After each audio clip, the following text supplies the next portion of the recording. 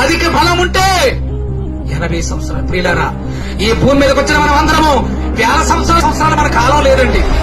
Bible చెబుతున్నటువంటి కాలం ఏంటంటే మనిషికి దేవుడిచ్చిన కాలం యొక్క సగటు 70 సంవత్సరాలు. సహోదరి సహోదరులారా, దేవుడు నీకు ఇచ్చిన కాలం 78 సంవత్సరాలు.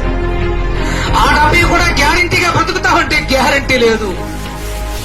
నువ్వు కట్టుకున్న ఇంటికి గ్యారంటీ, నువ్వు కొనుక్కున్న ఫ్యాన్ కి గ్యారంటీ ఏంటి, నువ్వు మనిషి తయారు చేస్తున్న ప్రతి మెటీరియల్ కి గ్యారంటీ ఉందండి. ఒక కెమెరాకి, అలాగే వాహనాలకి, ప్రతి దానికి గ్యారంటీ ఉంది. కానీ మనిషికి ఎప్పుడు ఎక్కడ పేలిపోతావో, ఎప్పుడు ఎక్కడ రాలిపోతావో, ఎప్పుడు ఎక్కడ నీ గుండె శబ్దం ఆగిపోతుందో తెలియదు. ప్రియులారా, ఇంకా చాలా సంవత్సరాలు నేను బ్రతుకుతానని ఆరాటపడుతున్నావు.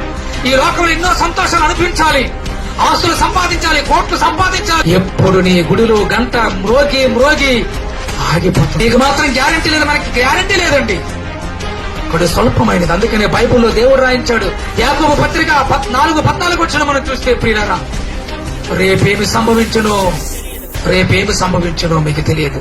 రేపేం జరుగుతుందో, రేపు నేను ఉంటానని గ్యారంటీ ఎవరైనా రాసివ్వగలరా?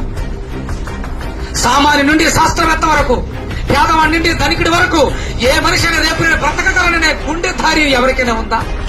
ఈ రాత్రి నీ గుండె ఆగిపోతే, ఈ రాత్రి ఈ క్షణమే నీ ప్రాణం పోతే, నువ్వు సంపాదించి